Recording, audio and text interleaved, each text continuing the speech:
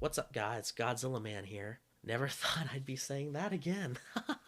So this is a surprise video after almost 6 years of not posting. I have no idea if anybody's going to watch this. I just want to see if anybody's going to watch it, or if you're still subscribed, what's going on. I just want to say hi, pretty much. Now, in the title of this video, you'll see it says Godzilla Minus One Thoughts. I'm going to get to that right here in a few seconds. I wanted to put on my social media, or on my Instagram, I wanted to put my thoughts of what I thought about Godzilla Minus One, and I thought, why not put it on YouTube? So I'm going to go ahead and do that, and then at the end of the video, I'll continue talking for maybe a few more minutes. This is going to be my thoughts on Godzilla Minus One. This isn't going to go into like the depth of every single scene that's in the movie, like a really in-depth review, and this is definitely going to have spoilers.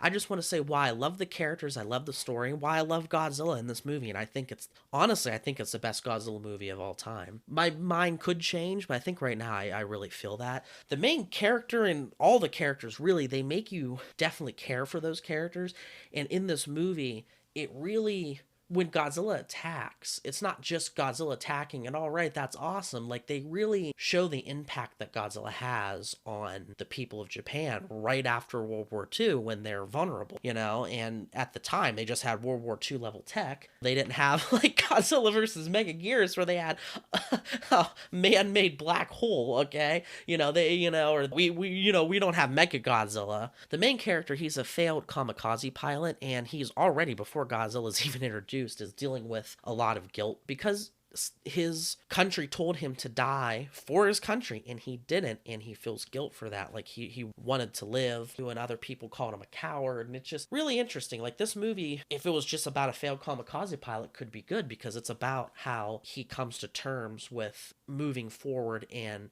saying, regardless of what society tells me, regardless of what my government tells me, or my military, or not military, but yeah, my government, I'm going to live. I have people in my life that I love and I want to live, and I'm going to live. You know what I mean? So it's pretty interesting in that regard. When Godzilla first attacks, it's right at the tail end of World War II. Our main character is told to shoot at Godzilla, and he freezes up and he doesn't. Another soldier shoots at Godzilla. Godzilla goes mad and kills them all, except for one man, Tachibana. Tachibana blames our main character for everybody being dead. When he comes home, he comes across a girl with a baby. They have nowhere to stay, so he lets them stay. And it seems like things are going to get better. Now it's kind of like he has a little family, but you really see with our main character how he has PTSD dreams. He feels like he shouldn't be alive. He should be the one that's dead, not the other men. And it makes you really feel for the main character and what he's dealing with, because this is real stuff. He's sure the movie's not real, but dealing with guilt, dealing with experiencing horrific things in war is real. So the writing in the character development is really good here.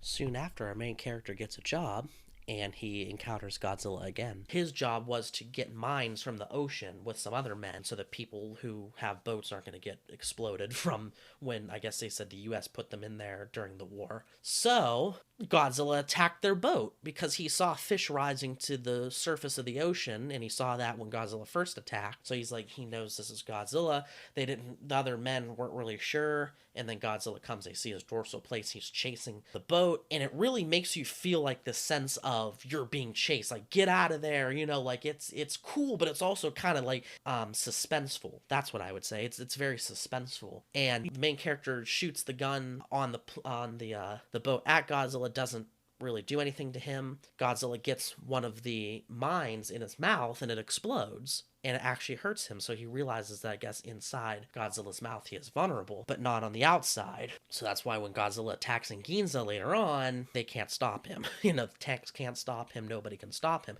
And the movie starts giving off the sense of helplessness, like, you can't stop this Godzilla. And that definitely shows in this third time that Godzilla attacks. His atomic breath is absolutely the best I've ever seen, other than Shin Godzilla. Godzilla attacks Ginza, the girl that had nowhere to go and that stayed at our main character's place. I'll call her his girlfriend, pretty much. Works in Ginza. She found a job later on, and she gets killed because he tries to save her when Godzilla's attacking, and Godzilla uses atomic breath mushroom cloud, and everybody gets thrown backwards and he thinks that she's dead. She pushes him out of the way right as there's the explosion to save him, and she looks like she dies. And I'm going to explain the scene a little more. So Godzilla comes and starts attacking the city. It's pretty awesome, but the shots of the people running and screaming really shows the fear that this Godzilla is inducing in Japan and whoever's watching, pretty much. And they show a more zoomed out shot, and Godzilla's literally stepping on people. So they really show that this Godzilla, he means business. He's not nice. It's pretty epic. I mean, it's pretty crazy to see people get stepped on, but at the same time, Godzilla's destroying buildings, and it's what I like to see, Godzilla doing what Godzilla does, at least when it comes to, destroying buildings and stuff like that. His atomic breath is really interesting. His dorsal plates, kind of like 2014, kind of glow one at a time and goes up his back, but his dorsal plates actually grow as he's about to breathe his atomic breath. And when he does, it makes an explosion. Buildings and people get shot backwards, and it looks like a mushroom cloud. So Godzilla's atomic breaths are like nuclear explosions. It's pretty insane. So it really gives you this sense, once he's done doing what he does, it really shows the characters and how they feel helpless with this giant monster that's attacking right after they just had a war, and now they're like, what are we gonna do? So later on in the movie, a plan is formulated to stop Godzilla by private citizens because they didn't want the militaries to get involved and there to be controversy with Russia getting upset and some things like that. So the Navy tech that was with our main character getting rid of the mines on the boat had a plan to get Freon gas around Godzilla, explode it, and it should make him drop in the water, and the pressure should kill him. If not, they can pull him back up. That scene is actually very interesting too. So I'm going to get more into the Godzilla action, then I'll go back to the last part with our main character. So Godzilla attacks. The Navy ships are ready to get this wire around him with the Freon gas, but Godzilla uses atomic breath and explodes one of the ships. And, everybody's like, oh, like the water is rising, and they're like, this is too much, what do we do? The Navy tech's like, no, keep going. We're going to do this. So they go and they surround him, and beforehand, a plane was found. And I forgot to mention this too. So Japan is, the World War II is over. They don't, they don't want to contact the military. So they don't really have any access to planes. But our main character wants revenge on Godzilla for what he killed his girlfriend. He from the first part of the movie too, what Godzilla did. And really, in our main character, in his mind, even though World War II is technically over, in his mind, the war isn't over. Godzilla's still tormenting him. His past is still tormenting him. And he's ready. He wants to end his life to get revenge on Godzilla by flying a plane right into him. They find a plane that for the time is pretty high tech, but they need a mechanic. So that Tachibana from before is a mechanic. Main character convinces him to fix it, but Tachibana still is angry and still blames our main character for the past. So there's still that dynamic going on, which is pretty interesting. Once they fix the plane, as the ships are trying to surround Godzilla, our main character is shooting him with the plane and trying to, distract Godzilla and get him, not to go away or not to attack the boats, essentially. And it's pretty interesting when our main character first flies at Godzilla, and literally Godzilla's mouth chomps and just misses the plane. And it's just, the way they show it is, really action-packed and suspenseful. They explode the Freon gas, and Godzilla gets rushed down to the bottom of the ocean. He's still tugging on the boats like he's still alive, so their backup plan is to pull him up really fast to also change the pressure to maybe if the first time the pressure change didn't kill him, maybe the second time they pull him up, it will. Hopefully. And they try to pull him up. They can't fully pull him up. And some soldiers that bailed out at first came back and said, no, we're going to help you. And they tugboat style got their boats and pulled Godzilla up. Godzilla looks his flesh is kind of messed up because he's damaged. His eyes are all white. He looks like somebody really messed him up, but he's still alive and he's still angry. What ends up happening is they're like, wait, we hurt Godzilla, we didn't kill him. It's over. It gave you this sense of we were excited for the characters to win and to get, even though I love Godzilla, I still was on the, personally, I was still like, oh, I want these characters to stop this monster. And they really, when I first watched it, I was really like, did they lose? You know, because Godzilla is kind of the king of the monsters. I was like, are they going to make this movie go to where they try their hardest, but that's it? Godzilla will always win. No, our main character, well, actually, at first, Godzilla starts charging up his atomic breath, and this scene is absolutely amazing. Godzilla with his white eyes looking right at the screen with his mouth open, and he's like hunched over. He looks like he's unhinging, like he's like a zombie. I don't know, like he's like zombified. It's just really scary looking. Right as he's doing that, you see the plane. There's our main character. His friends on the boat. No, don't do it, don't do it. He flies right into Godzilla's mouth and detonates, and Godzilla's head literally comes clean off. I've never seen that. Okay, sure, Godzilla has ripped Ghidorah's heads off. Godzilla gave the Muto in 2014 the kiss of death and decapitated him. Godzilla with Orga and Godzilla 2000 exploded Orga from the inside, but I've never seen anybody or anything blow Godzilla's head off. I was like, wow, this is wow. Like, I don't even know. I'm like, this is crazy, awesome, creepy all at the same time. It's just like, this is wow.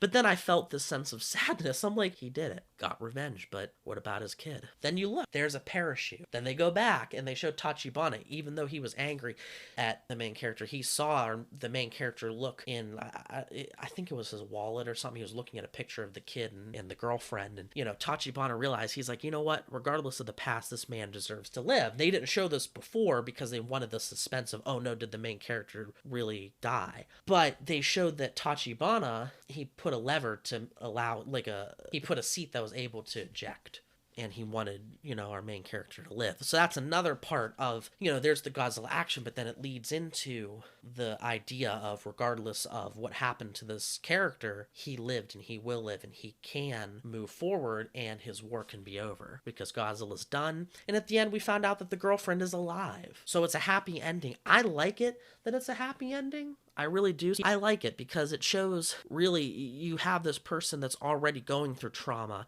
experienced more trauma, and now that things are happy, he's able to move on, and he's able to go through his full character arc, essentially. So, yeah, that's my thoughts on Godzilla Minus One. Was a little bit of a review, kind of, too, I guess. But the characters and the story is powerful. You care about the characters. And yeah, I'm trying to think if there's anything else I want to say. I mean, there's times where, like I said, when they're trying to pull Godzilla down into the ocean and he was still alive, that made you think, oh no, did they lose? Like, it was very suspenseful. The Godzilla action scenes were very awesome and very high tech for it only having a $15 million budget. It looked really, really good. And the main character was finally able to put to rest all his past trauma. Not to say that he could just get over, per se, because when you deal with that much trauma, I mean, it doesn't just go away, but now he can at least move forward and live for the loved ones in his life, and regardless of the past telling him that he should have killed himself, he can move forward and say, no, let's be here for the people that we love, and let's move on, and let's do better, you know? So, yeah, the monster action was amazing.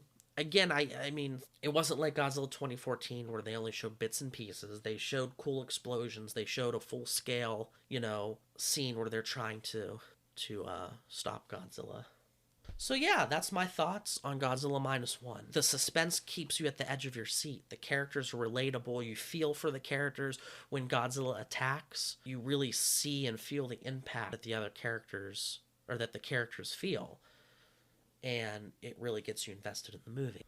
So if you're a subscriber, or if you're not, what's going on? How are you doing?